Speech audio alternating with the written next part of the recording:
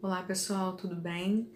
Então, a gente está chegando agora, né, na última etapa da dissertação argumentativa, e aí eu preparei, né, aquela conversa que a gente tem tido, né, sobre cada parágrafo e agora exatamente sobre o último parágrafo. Eu conto com vocês mais uma vez para que vocês façam uma leitura cuidadosa do material que vocês vão receber em apostila e principalmente quem estiver conseguindo, assistam a videoaula, né, que vocês estão percebendo que o trabalho que a gente está tendo de montagem da aula nessa espécie de grande quadro é justamente para que vocês estejam acompanhando momento a momento durante a explicação aquele desenrolar mesmo das explicações e do conteúdo. Então, tudo está sendo feito pensando em vocês. Então, a gente conta com vocês também, né, para fazer aquela parte que é muito importante de vocês, né, de estar tendo esse compromisso e de estar tendo essa força de vontade, que é disso que a gente precisa, tá? Sem isso a gente não faz nada. E aí, vou aproveitar esse momento já estar falando para vocês que depois dessa etapa eu vou estar preparando, né, um e-book, que é um pequeno livro virtual, com algumas dicas, né, muito importantes para a escrita do nosso texto, porque depois a gente vai começar essa fase mesmo da prática, de colocar a mão na massa. Mas antes disso, existem algumas informações importantes que eu preciso passar para vocês. E como essas informações, né, elas têm que ser passadas de uma forma, como é que eu vou dizer, sistemática, organizada, eu vou estar elaborando um material para vocês, uma espécie de um e-book, né, de um livro virtual bem explicadinho, com dicas, somente com dicas. E essa vai ser a atividade provavelmente da próxima semana, junto com os exercícios sobre essa terceira parte da dissertação argumentativa. Tá bom, pessoal? Muito obrigada quem já está participando, quem está fazendo tudo direitinho. Estou recebendo muitas respostas, um feedback muito interessante de vocês com relação ao material. Fico muito feliz e eu espero que vocês estejam conseguindo realmente e que a gente possa fazer isso dar certo. Para isso funcionar, a gente precisa, né, estar trabalhando junto. E eu conto com vocês. Obrigada.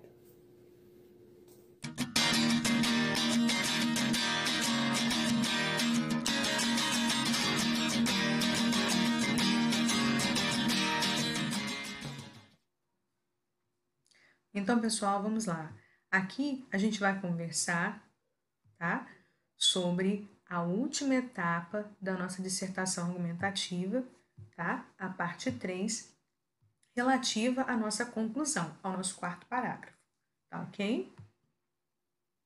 Então, a gente vai conversar sobre 3 tópicos: estrutura, elementos e importância do último parágrafo. Eu começo ilustrando para vocês aqui essa questão da chave, porque a ideia da conclusão é justamente essa, de fechar, de encerrar. E a ideia de fechar com chave de ouro é o que a gente vai pretender fazer, o que a gente pretende fazer com, né, seguindo esses caminhos, seguindo essas regras e tudo o que a gente acredita de importante que a gente tem para falar sobre a elaboração da conclusão, tá ok? Então, vamos lá, gente. Quanto à estrutura do último parágrafo, o quarto parágrafo tem que ser o quê? Vamos lá. Primeiro, ele deve ser objetivo, mais curto que os demais parágrafos. E vejam bem que isso não estou dizendo que é uma regra, porque, inclusive, em livros que eu tenho pesquisado e lido, existem sim redações que foram muito bem conceituadas com uma conclusão um pouquinho maior. Mas é bem arriscado, sabe, gente? Porque a sensação é de que a pessoa, né, colocou muita informação no momento em que ela foi encerrar, ela disse que vai encerrar, mas começa a colocar mais informações, e há um risco também de você extrapolar o número máximo de linhas, né? Que a gente sabe que 30 linhas é o limite, 37 linhas, eles podem já considerar, né, que a sua redação está fora do padrão e zerarem a redação até. Então, é bem perigoso você prolongar demais a conclusão, porque justamente está no próximo assunto que a gente vai falar. Por quê? O último parágrafo deve possuir o quê? Caráter de encerramento. Ok? Quando a gente está numa conversa com alguém, a conversa pode estar mais maravilhosa possível. Quando ela diz, olha, tô indo embora, então eu vou fechar, só vou falar isso para fechar com você. Né? Não tem esse hábito? Quando a gente sente que já falou muito, ou que a gente já falou o que precisava, a gente vai, chama a pessoa e fala assim, olha, então, Só para encerrar, eu vou falar isso.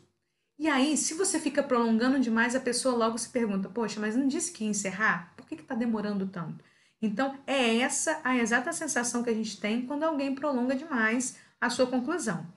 E aqui, principalmente porque a gente vai gastar muito tempo para defender o que é mais importante, que deveria ser a apresentação de uma sugestão prática, tá? Para resolver o problema proposto pelo tema, como eu sempre falo com vocês. A banca, quando elabora um tema, o tema vai ser tratado como um problema e a gente vai desenvolver a nossa tese, né, sobre o que a gente pensa sobre o assunto, e aí, no final, a gente vai fechar com chave de ouro, criando ou elaborando o que seria a nossa sugestão para uma interferência prática, uma interferência possível naquele problema, tá ok? Então vamos lá. Aqui, com relação agora, aqui antes de fechar de próximo tópico, é só uma brincadeirinha que eu faço com vocês aqui para vocês perceberem aquilo que eu acabei de falar, né? Olha a paciência com que os profissionais da banca examinadora lidam com as conclusões muito extensas. Então, se eles já vinham gostando do seu assunto, do desenvolvimento da sua dissertação, aí você chega no final, está prolongando demais, eles já começam a ficar incomodados, né? E aquela coisa não acaba nunca, o assunto estava legal, mas não acaba. Isso aqui é só uma brincadeirinha, mas para mostrar para vocês que provavelmente uma conclusão longa demais, ela no mínimo te dá uma responsabilidade muito grande de estar trabalhando com um desenvolvimento ali, né? Um preenchimento muito interessante. Então é muito arriscado, porque você pode, né, na tentativa de fazer uma conclusão mais extensa e explicar muito, mas pode se estender demais e ela, a conclusão, em vez de ficar, né, uma conclusão muito clara sobre o assunto, fica uma conclusão justamente causando esse efeito aí de descontentamento e de que a coisa estava boa, mas já está durando demais, tá ok? E agora? Agora sim a gente passa para esse ponto, né, que são os elementos do último parágrafo.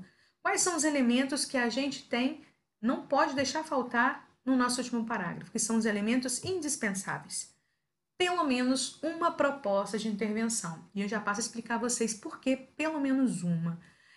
Não há limites expressos, né, na criação de proposta de intervenção, que seria esse empenho que você vai ter em sugerir um modo prático para solucionar o problema que foi apresentado pelo tema.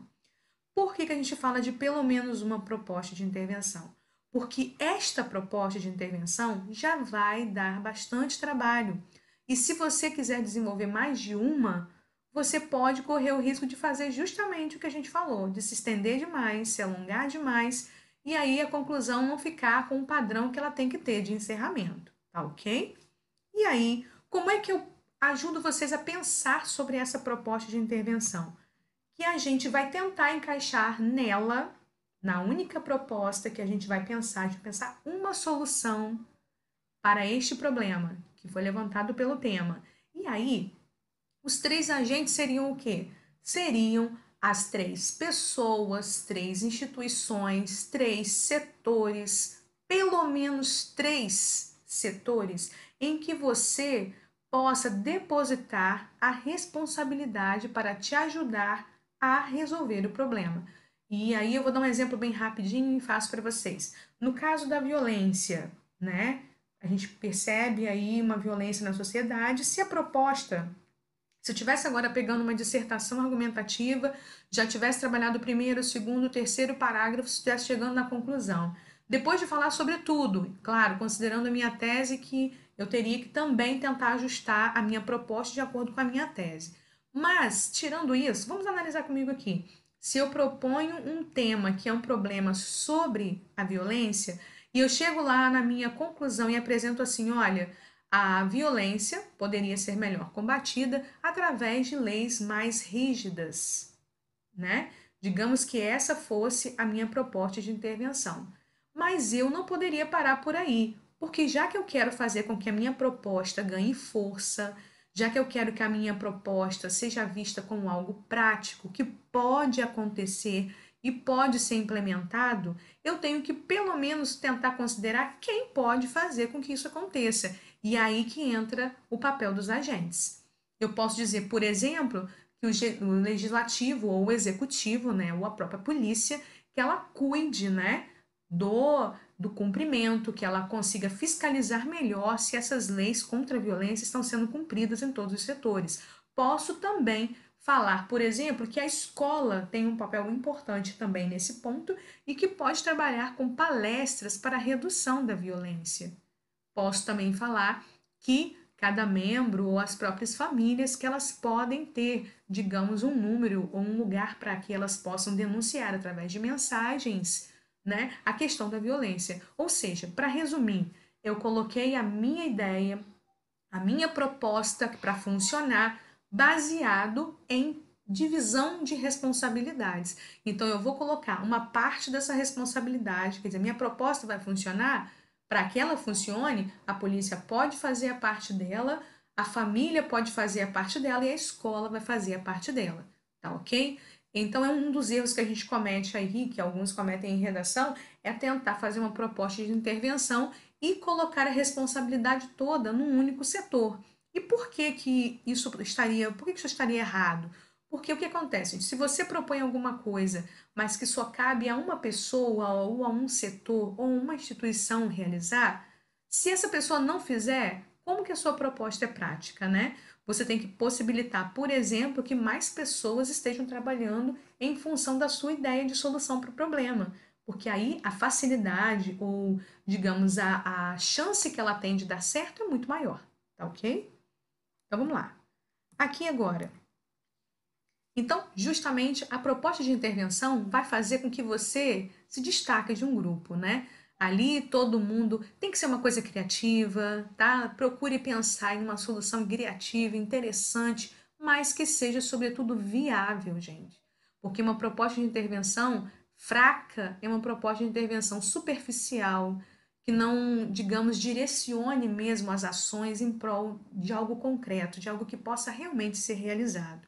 Tá ok? Então, o diferencial vai ser a sua criatividade para elaborar uma solução para um problema e que seja bem explicado, que você consiga se aprofundar e mostrar realmente quem vai te ajudar, quais os setores podem te ajudar a resolver esse problema a partir da sua ideia, a partir do seu projeto, digamos assim. A proposta de intervenção não deixa de ser um projeto, porque é uma ideia sua sobre algo que várias pessoas podem realizar, tá ok? Como eu falei aqui, a solução. E aí, a importância do último parágrafo. A gente chega nesse último tópico que a gente vai conversar. O último parágrafo, gente, né, que é o parágrafo de conclusão, ele tem que ter uma conclusão com uma proposta de intervenção consistente e realizável, de acordo com sua tese e seus argumentos.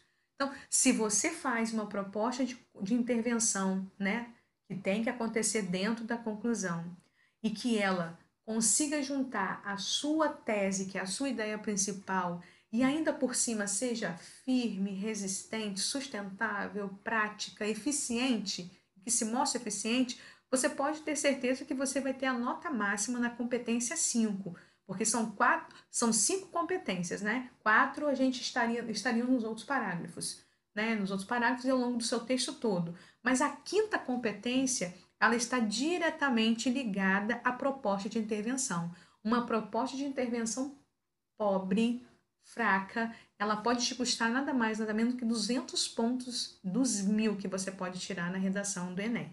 Tá ok? Então, lembrando aqui, são 5 competências e uma delas é somente direcionada à proposta de intervenção. Aqui, a conclusão com uma proposta superficial e sem clareza, foi o que eu falei com vocês, né? Digamos que você vai lá, apresente uma proposta de intervenção que não é das mais fortes, né? Você pode ter perda de pontos, você pode também não zerar, mas infelizmente você pode perder, né, os 200 pontos ali, você pode perder parte dos 200 pontos, tá ok? Conclusão sem proposta ou com proposta fora do tema é um grande risco, tá? Muitas vezes você vai desenvolver alguma coisa que é até interessante, até viável, mas é fora do tema, é fora do que eles tinham objetivo. E aqui é muito importante citar para vocês que muitas vezes, né, ela estará dentro do tema de acordo com o que estiver sendo apelado, digamos assim, né, o que estiver sendo pedido pelos textos de apoio, tá ok? Então, vamos lá. Então, a minha dúvida agora, poxa, tanta coisa que eu tenho que lembrar, a conclusão, a gente tem tanta coisa importante para colocar na conclusão e ela ainda por cima não pode ser longa. Como que eu devo fazer? O que que eu devo arrumar na minha cabeça para construir uma conclusão boa, realmente boa? Então, vamos lá. Não cair em armadilhas do tema, como eu falei agora há pouco, né? Não queira desenvolver uma proposta que esteja fora do tema, tá? E o tema pode também trazer, digamos assim, um comentário mais extenso, mas guardar a essência dela ali, como eu falei com vocês lá no iniciozinho. Quando a gente pega o tema, a gente tem que procurar primeiramente identificar o assunto.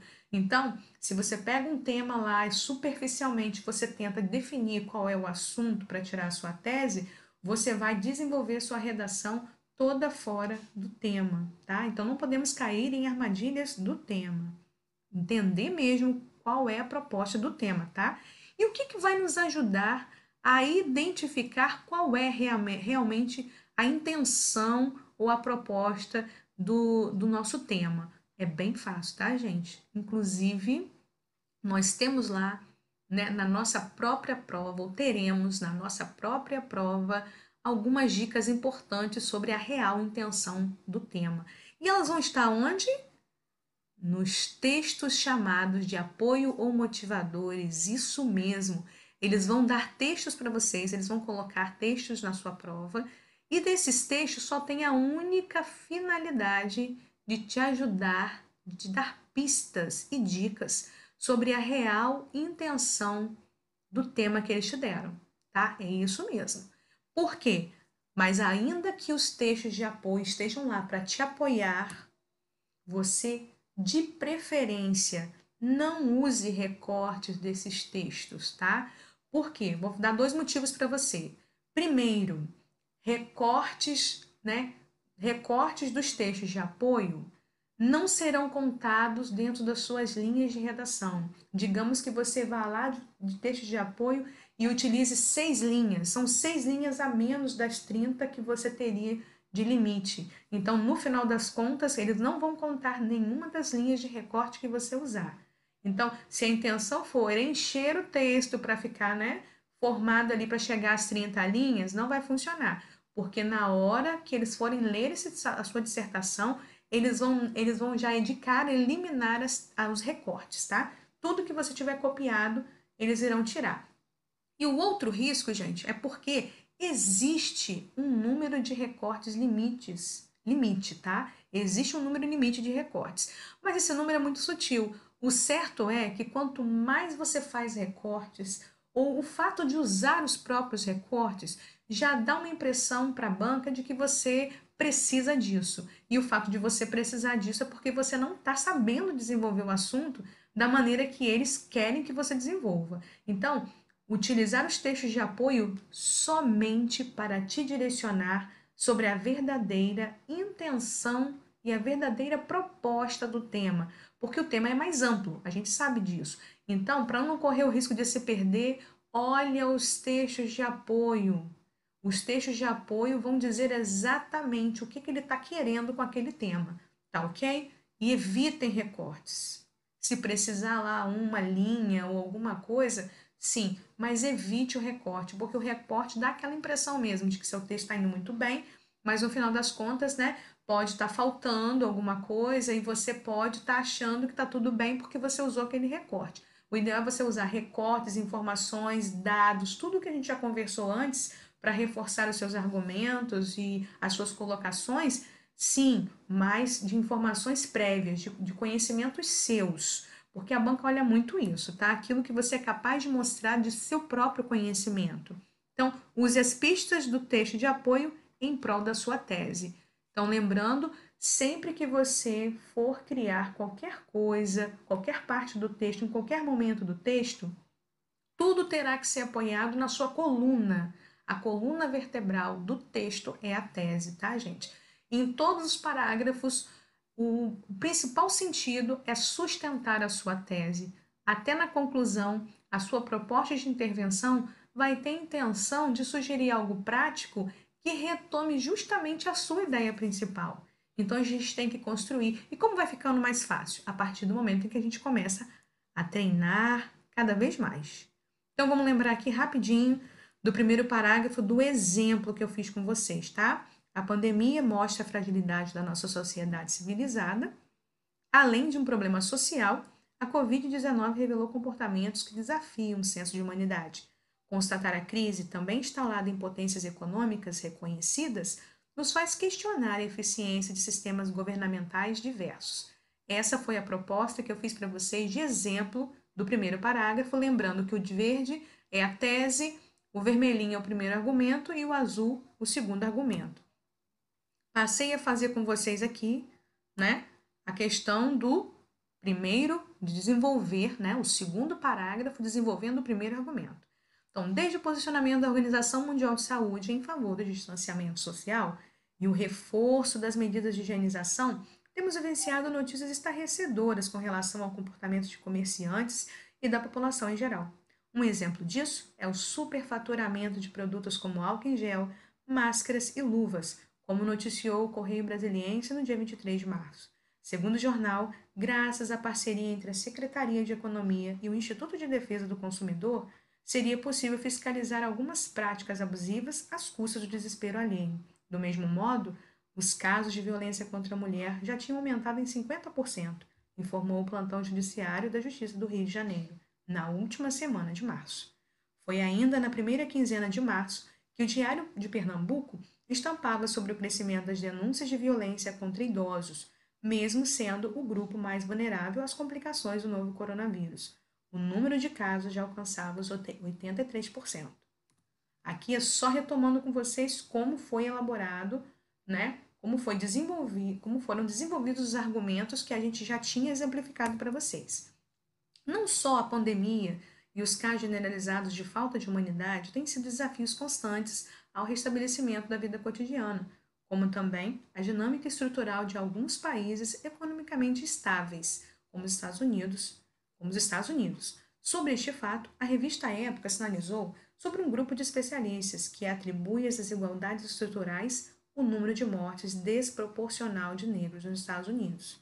Contudo, em relação ao número estável de casos do Covid-19 no Japão, o professor da UFMG, Universidade Federal de Minas Gerais, Matheus Westing, declarou em entrevista no site UOL Notícias: "Acho que tem uma questão cultural muito importante nesse aspecto, que faz com que a população, mesmo sem medidas rígidas do governo, tenha uma consciência individual de como lidar com o sintomático, de isolar e proteger os demais. Certamente, com base em diferentes resultados, observamos como são eficazes a valorização da cidadania e a consciência social para além das definições e práticas de um ou outro sistema político." E aqui eu fechava com o desenvolvimento do exemplo que seria para um segundo argumento, tá? E aí, vamos ver como é que ficaria uma conclusão para esse texto que eu passo a mostrar para vocês. Desse modo, nosso fortalecimento como civilização sem fronteiras exige que a sociedade seja reconstruída sobre as bases sólidas da ética e da autonomia no enfrentamento de crises mundiais similares à pandemia. Tanto que, ao contrário da estratégia de dividir para conquistar, aclamada por Maquiavel em A Arte da Guerra e difundida por imperadores antes dele, cabe às instituições políticas orquestrar ações que unifiquem os povos e punam severamente qualquer incursão contra a dignidade humana. A tolerância, o respeito e a responsabilidade pelos próprios atos, garantidos pela aplicação de leis mais rígidas, devem ser exigidos e fiscalizados no âmbito dos setores governamentais, sem quaisquer privilégios, e estender-se à população de modo exemplar. Assim, sob o reflexo desses mesmos moldes, as instituições escolares, através de seus conteúdos e projetos, poderão interferir significativamente na rotina e atuação das famílias, garantindo que seus membros mais jovens administrem com imparcialidade o exercício dos seus direitos e deveres, em prol de um todo organizado para e por todos, sendo mais forte justamente por isso. Aqui, gente, eu tentei montar para vocês terem uma ideia de como seria, né, nesse tópico ali, onde começa o nosso fortalecimento como civilização sem fronteiras, exige que a sociedade seja reconstruída sobre as bases sólidas da ética e da autonomia no enfrentamento de crises mundiais similares à pandemia. Essa seria a minha proposta de intervenção.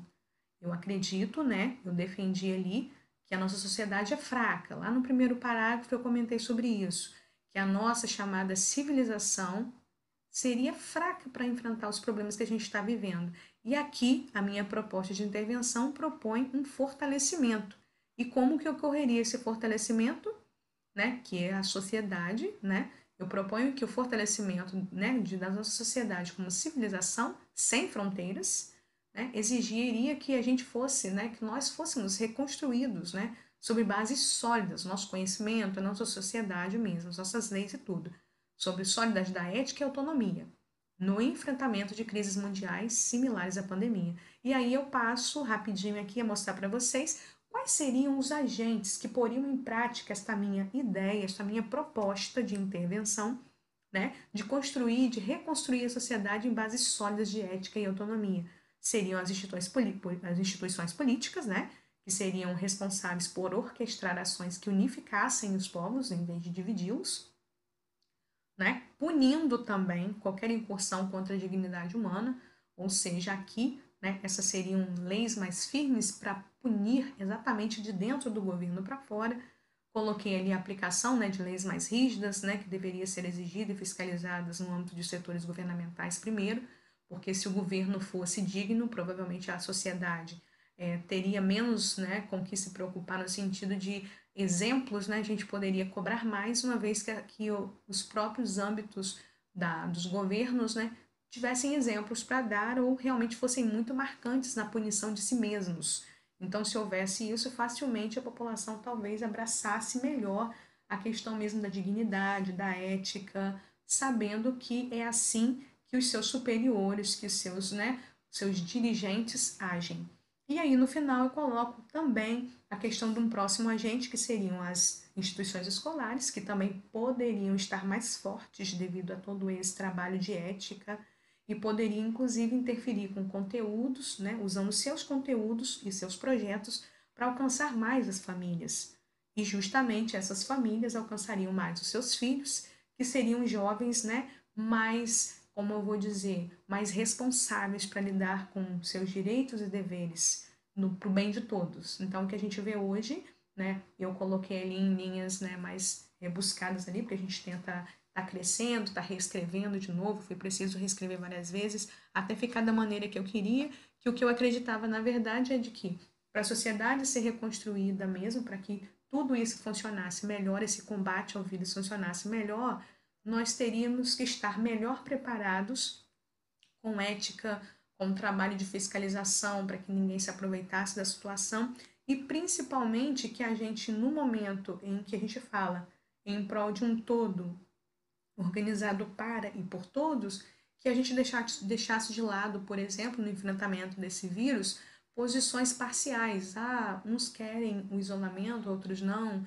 Uns precisam trabalhar e outros não querem que os outros trabalhem. Então, num ambiente de direitos e deveres muito bem estruturado pela autonomia e pela ética, ficaria muito mais fácil, segundo a minha visão aqui. Tá ok, gente? Muito obrigada e que vocês continuem os estudos.